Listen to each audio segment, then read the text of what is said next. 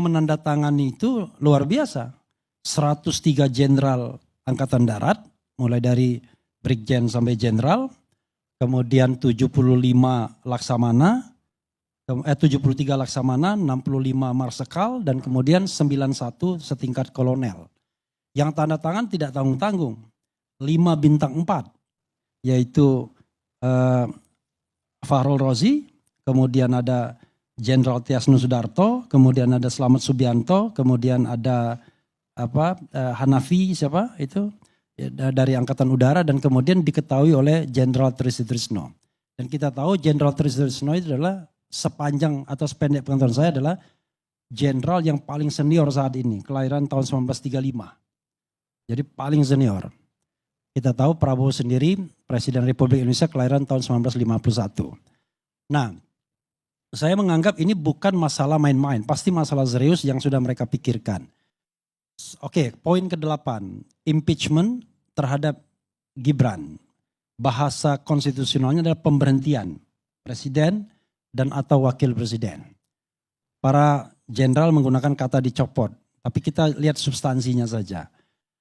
Apakah seorang presiden dan atau wakil presiden bisa diberhentikan di tengah jalan? Jawabannya yes. Itu adalah sebuah hal yang sifatnya konstitusional. Kita tidak bisa mengatakan, wah ini inkonstitusional, karena sesuatu yang diatur oleh konstitusi.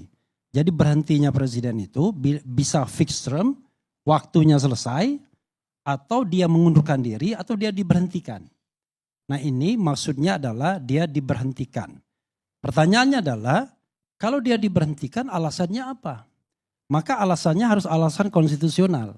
Kita tidak bicara lagi mengenai racing pemilu, karena sudah selesai pemilunya.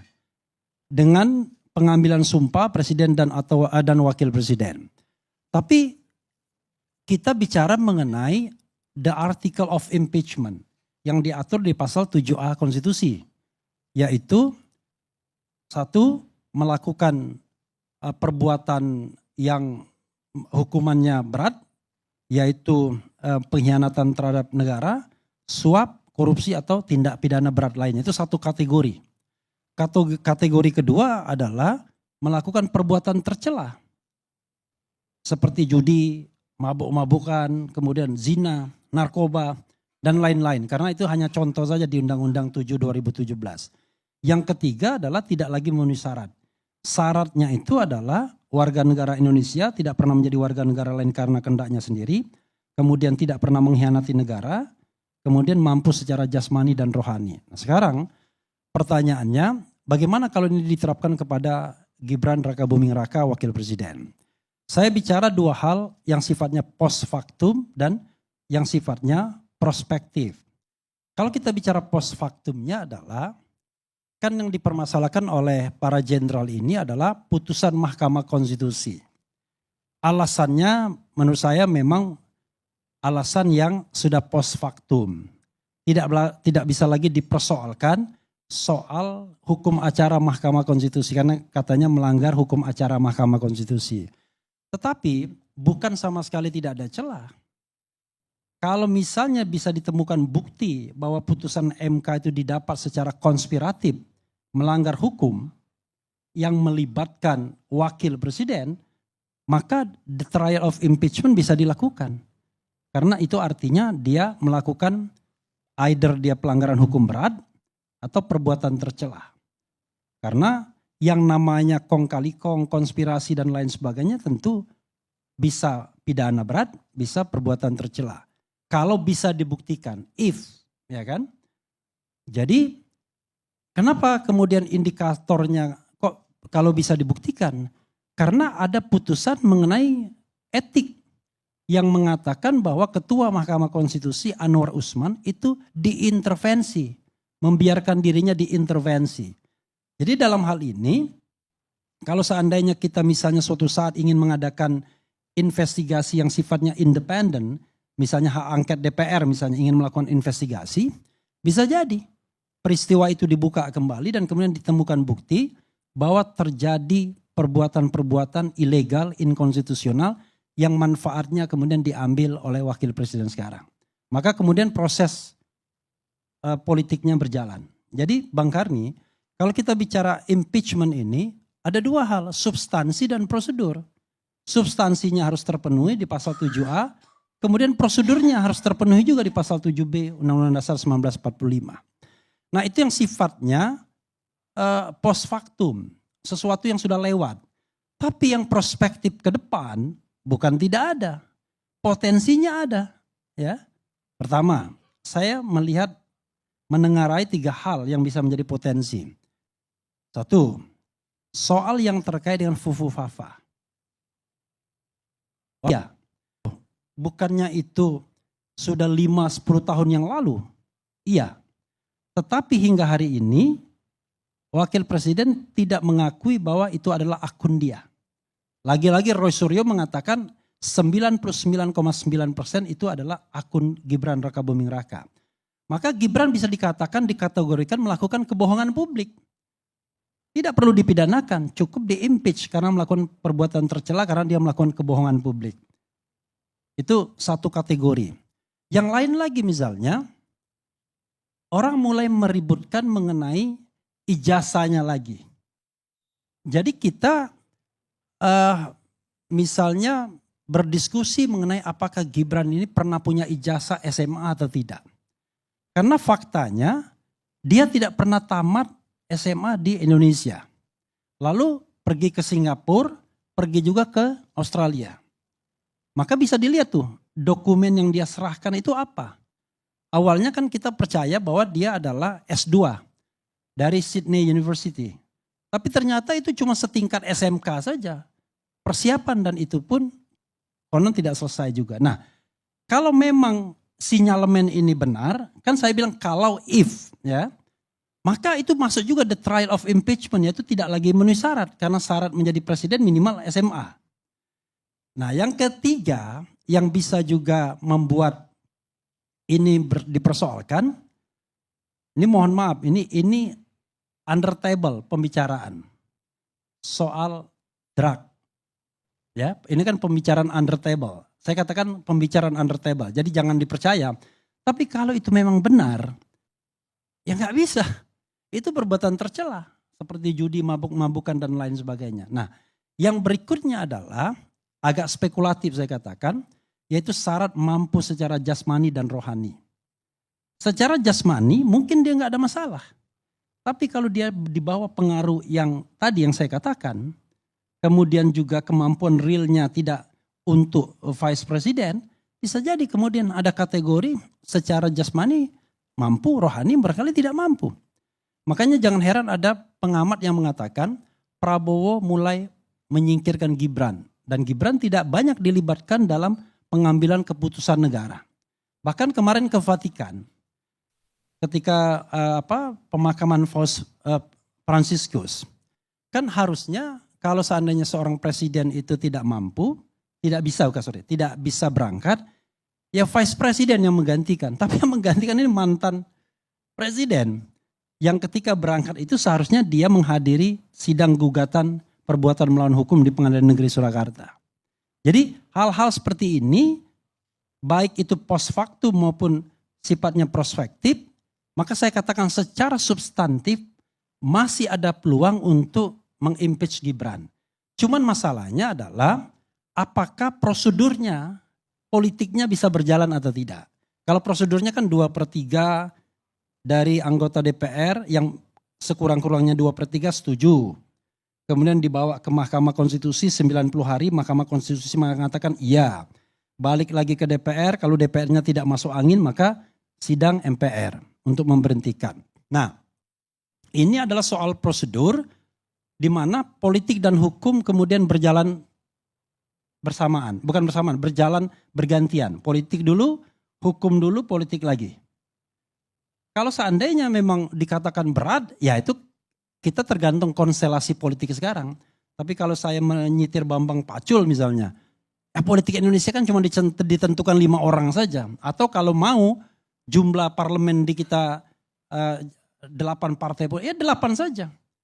1 Megawati Soekarno Putri, 2 sesuai dengan urutan pemilu ya, Bahlil, 3 Prabowo Subianto, kemudian 4 Surya Paloh, 5 Muhaimin Iskandar, kemudian barangkali kalau PKS bukan presiden PKS-nya, tapi barangkali Habib, ya kan.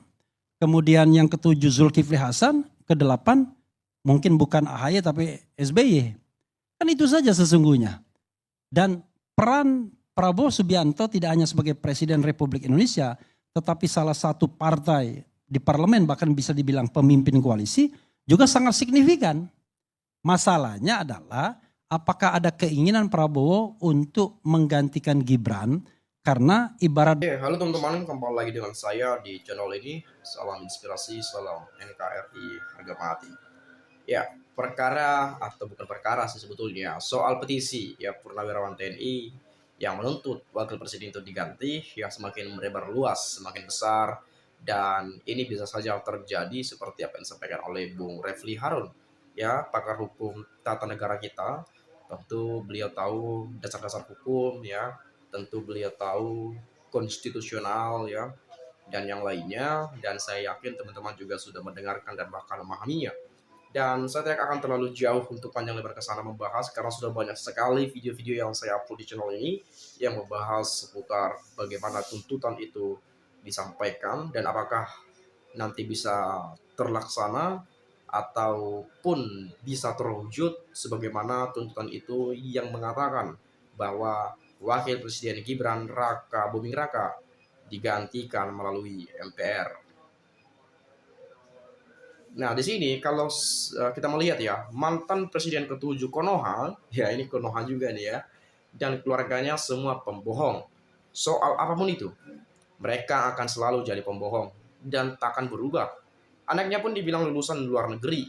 Tolong dicek dan ditelusuri lulusan luar negeri. Kok model dan cara komunikasinya amburadul, apalagi disinyalir lulusan Singapura. Cek aja bahasa Inggrisnya 11-12 sama bapaknya. Nah ini oke teman-teman ya, bukan apa namanya, ini bukan soal bahasa Inggris atau bahasa asing lah gitu ya. Bahasa Indonesia sekalipun kalau kita melihat bagaimana Gibran berpidato misalnya, ya kita bukan merendahkan, bukan apa gitu ya, bukan ada unsur-unsur hal yang lainnya. Tetapi kalau kita melihat ini benar nggak sih lulusan luar negeri gitu ya, yang katanya apa S2 ya atau apa itu, yang kata Bung Refli tadi S2 tapi serasa kayak SMA gitu ya tadi yang disebutkan gitu ya. Dan kalau misalnya kita melihat Gibran lulusan luar negeri, apalagi Singapura misalnya, coba kita lihat bagaimana dia ketika berbicara, menanggapi isu-isu publik, ya menanggapi opini publik, yang menanggapi persoalan-persoalan yang sedang dihadapi oleh masyarakat Indonesia, yang sedang terjadi, bagaimana ketika berpidato di acara NU kemarin pada saat itu, yang sempat viral sekali dan diedit jadi perabot-perabot gitu ya, jadi seolah-olah Gibran ini jual perabotan gitu ya, yang pidatonya parah gitu ya. Padahal itu bukan bahasa asing gitu loh, bahasa Indonesia yang menurut saya ya ngapain coba. Makanya disandingkan apa digabungin kayak video bolot ya kalau nggak salah. Ya, kan memang seperti itu bawaannya kan, karena ya memang uh, apa namanya, pelawak juga gitu ya. Bapak dua, ibu dua. Ya harusnya bapak-bapak, ibu-ibu gitu ya. Karena nggak mungkin biar nggak terlalu capek ngomong, ya udah. Bapak dua, ibu dua gitu ya. Sama seperti Gibran, para-para. Ya harusnya para saja gitu ya. Para ya, para bapak-bapak, ibu-ibu dan segala macamnya dan seterusnya. Harusnya itu saja simpelnya gitu ya. Dan kemudian ketika coba kita melihat pernah bertanya seorang anak SD atau apa atau SMP, pokoknya orang sekolah gitu ya, bertanya kepada Gibran, kiat sukses itu menurut Pak Gibran seperti apa? Belajar, cukup nurut sama kiai, ibu nyai, udah clear. Siapa yang nggak tahu itu? Ya, kita semua tahu kiat sukses ya belajar. Tapi bukan itu jawaban yang seharusnya disampaikan. Ya mungkin harus ada proses. Makanya banyak sekali komentar, ya kiat sukses menurut Gibran ya simpel saja. cukup punya bapak yang jadi presiden, udah sukses aja, udah sukses banget tuh semua tuh. Ya, semua udah sukses. Kata adiknya atau apanya udah bisa lah itu ya. Punya kerjaan gampang banget lah kalau sudah punya bapak yang menjadi presiden.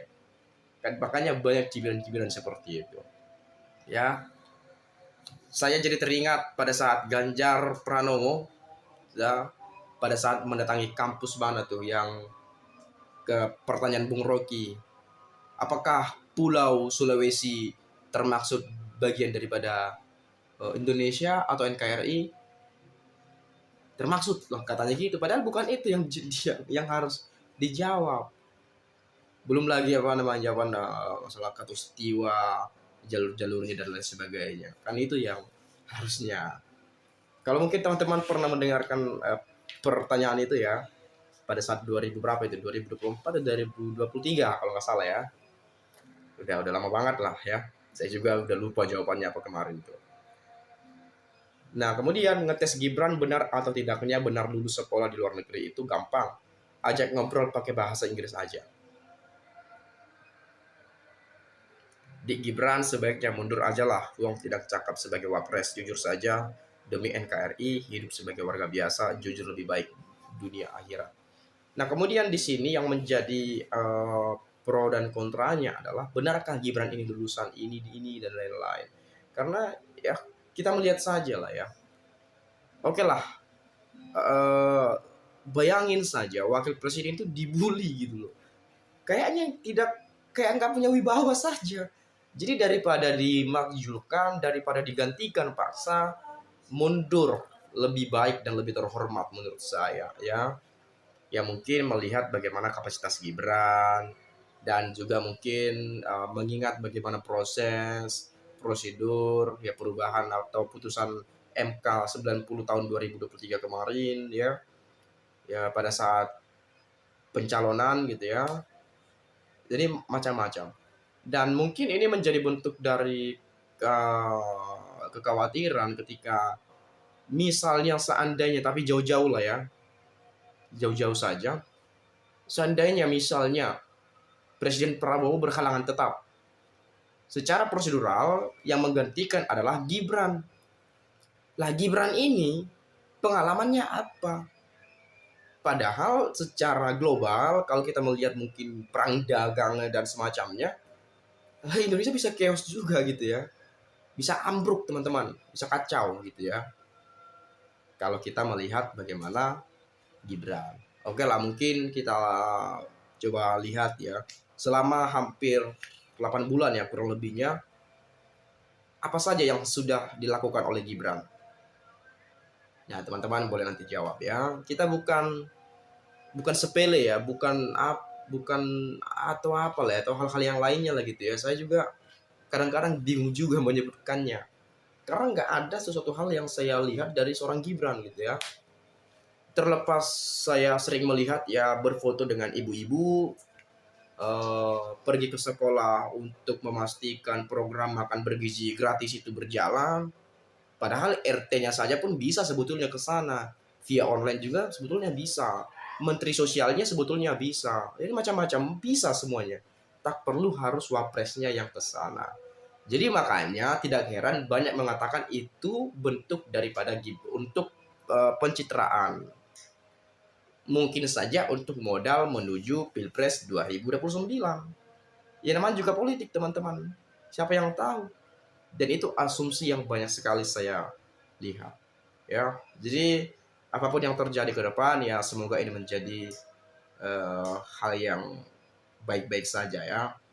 Kita akan tunggu informasi selengkapnya dan teman-teman silakan menunggu juga. Jadi saya juga tidak bisa membenarkan penyampaian ini itu dan lain-lain dan saya rasa kita punya hak untuk menilai, kita punya pemikiran yang berbeda dan mungkin punya perspektif dan sudut pandang yang tidak sama dan itu hal yang biasa dan itu sah-sah saja. Mungkin itu saja lah ya yang dapat saya sampaikan pada video kali ini. Terima kasih buat teman-teman dan minta maaf kalau ada penyampaian ucapan dan kata-kata yang tidak menyenangkan. Kita masyarakat Indonesia, warga negara Indonesia, masyarakat biasa juga, kita punya hak untuk berpendapat berekspresi dan bahkan juga mengkritisi. Itu saja, sekali lagi saya ucapkan salam dan sampai jumpa.